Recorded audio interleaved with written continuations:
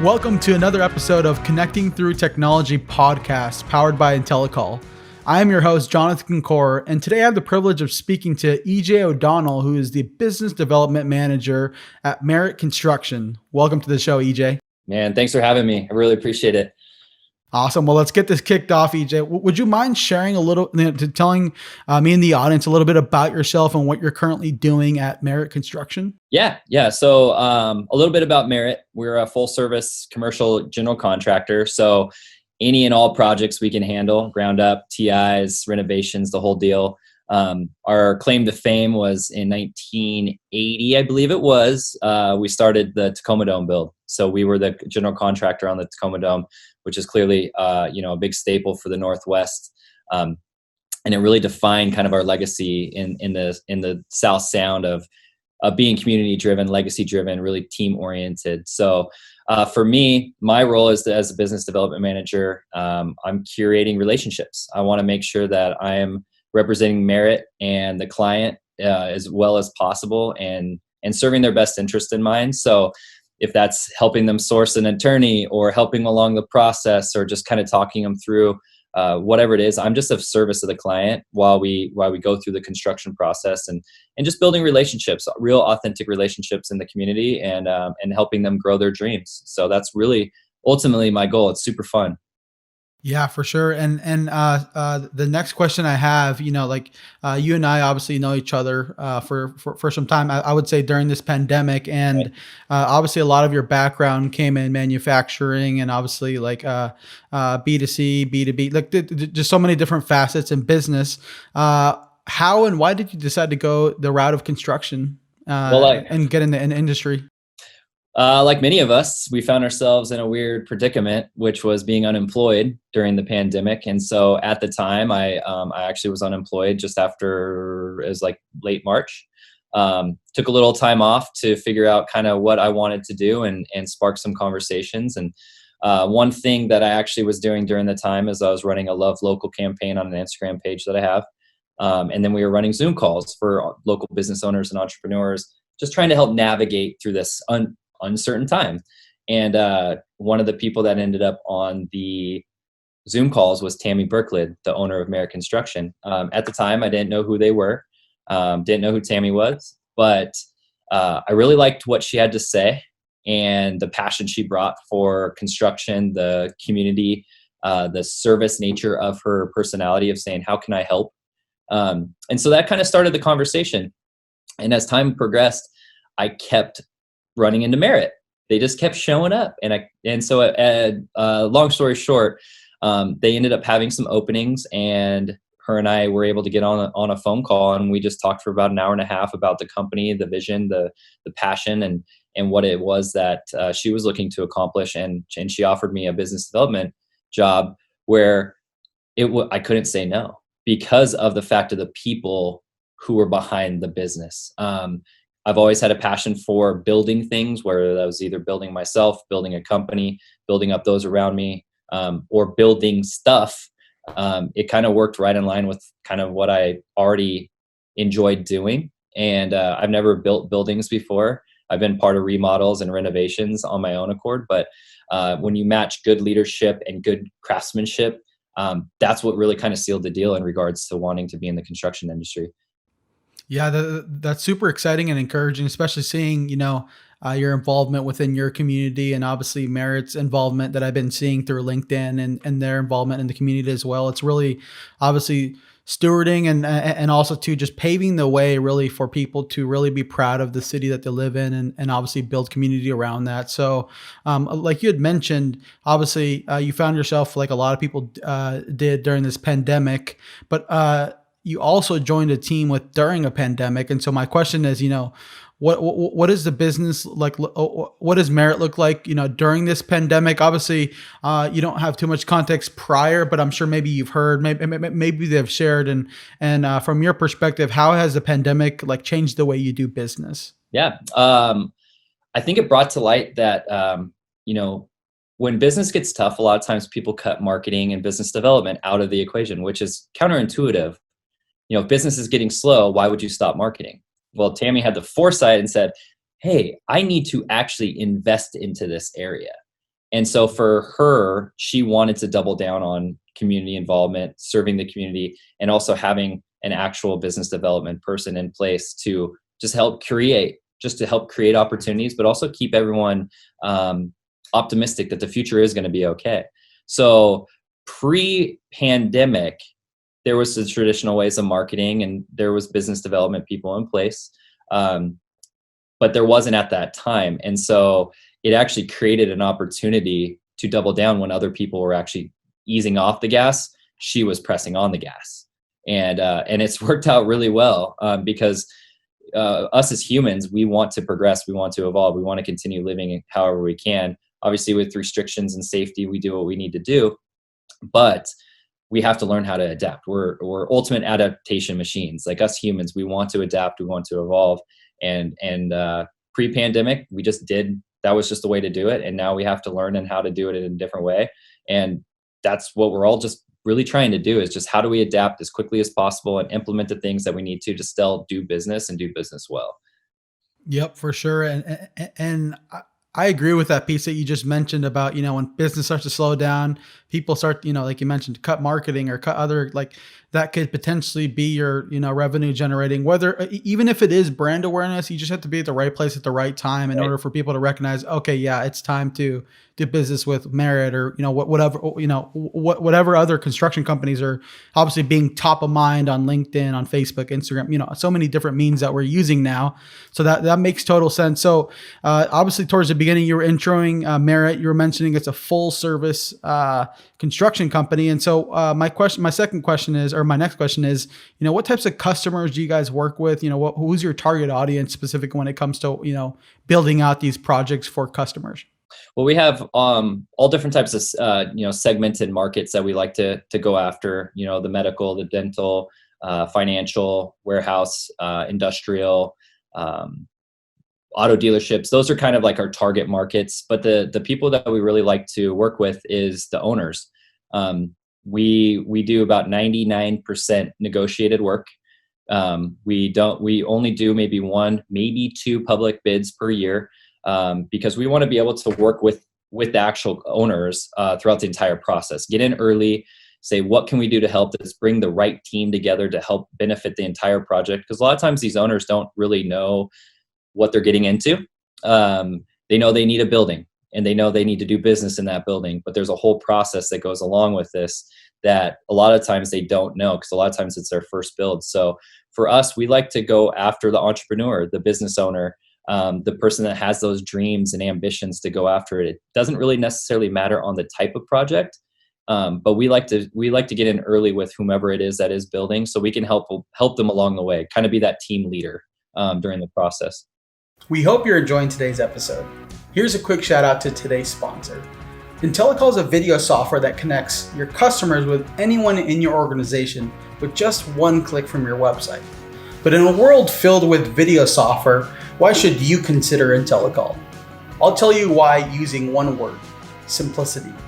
Intellacall allows you to connect via video without downloading any software, sending any meeting IDs, or passwords. On top of that, Intellacall integrates directly onto your website, so if any customers or prospects want to get in contact with you directly, they can do just that. For more information on Intellacall or to schedule a demo, please visit us at www.intellacall.com. And now, back to today's episode. In the perfect world, every customer would be our customer, but the reality of the matter is, one, there may not be a fit. There may not be expectations, so many details that go into that whole process. So including your customers into this piece, what is your what is Merit's approach to knowing what types of customers, partners, vendors, subcontractors that they're looking at partnering with, when doing business? Because obviously there's so many aspects that go to it, but obviously being a right fit is really important. So what does that process look like for you guys? That is a great observation. We have this thing called team build, where it's like not traditional for the construction world. A lot of times it's design, bid, build, or design, build. For us, from the team build, is we want to have the right players in place for any project. So maybe this sub isn't a good fit for this owner, whether it may be economical, but their personalities may not work the best. So we bring in the right people to create the best experience total. So we stay very fluid when it comes to that type of stuff. It is really important that we find people that share the same values as us. It's really cool for me as a business development person when we go to, say, a first meeting or second meeting, and we actually bring all of our subs with us. And that's not traditional all the time to bring. That's a lot of work. That's a lot of energy up front to bring, say, 5 or 6 subs to this project. But when they show up and they have the same passion for the owner as we do, because we all get to work together, and at the end of the day, it's what's going to be best for them, being on time and on budget, or early and under budget is the ultimate goal.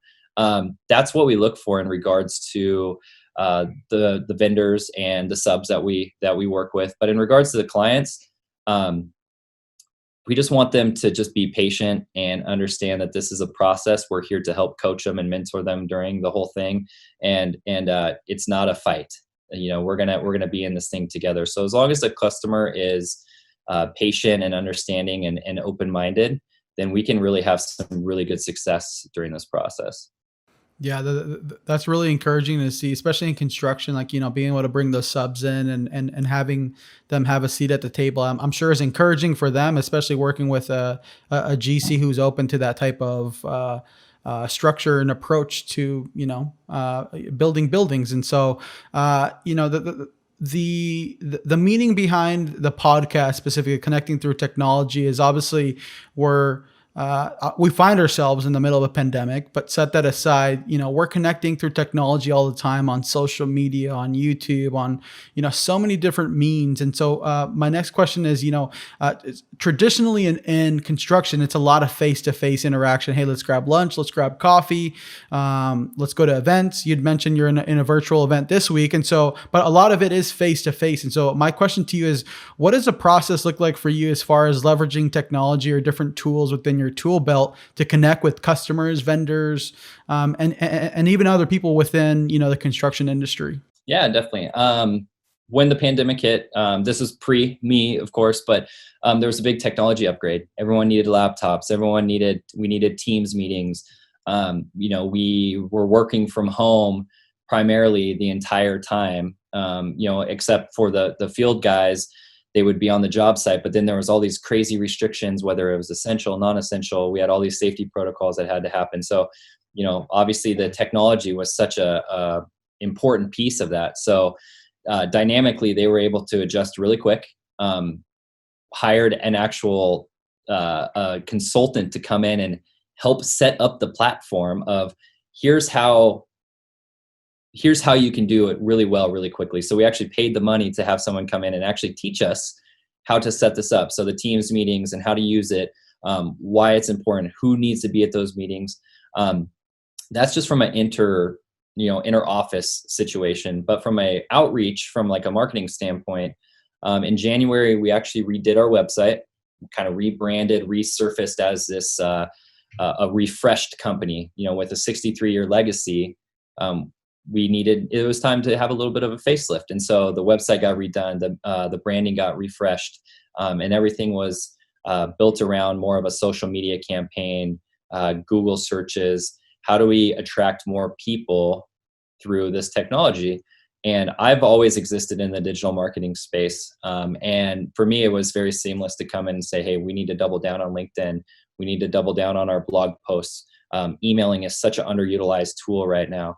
Like, let's start building our email lists up. And so these are things that we already had a database. It's just how do we mine that database and get in front of people? Luckily, everyone kind of adapted the same. Our clients were like, hey, we can't do coffee, but hey, I can do a Teams meeting. And so we just started doing Teams meetings every hour, just whatever necessary.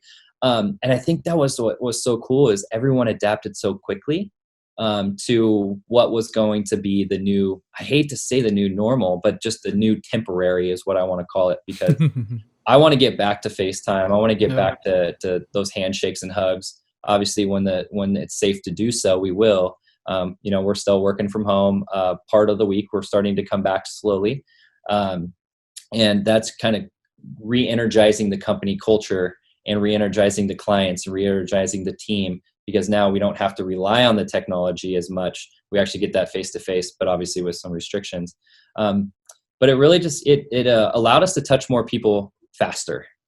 Really is what it was.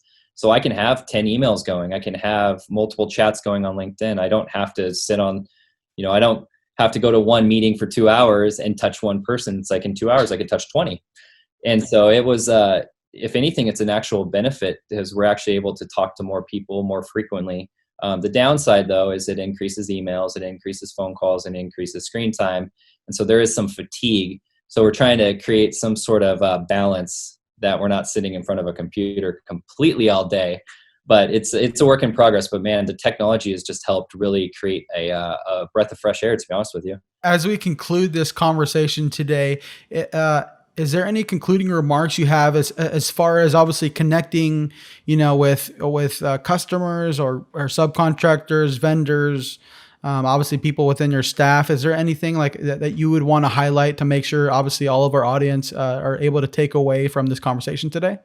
Yeah, I think for us as a company, we've scheduled company-wide meetings on Fridays, and they've been a really, really resourceful to connecting with the staff because we're kind of all over the place. So it's a designated time every week, the same time, wherever you're at on your job, you stop and have this company-wide meeting. And really, it's not necessarily about work. It's just about connecting. And we ask questions and we have answers. Some of it's vulnerable, some of it's funny. But I think that's like the really biggest takeaway is making sure to set aside just 1 hour a week for the company. Trust me, it gets a little weird because no one's talking sometimes. Some people are really uncomfortable.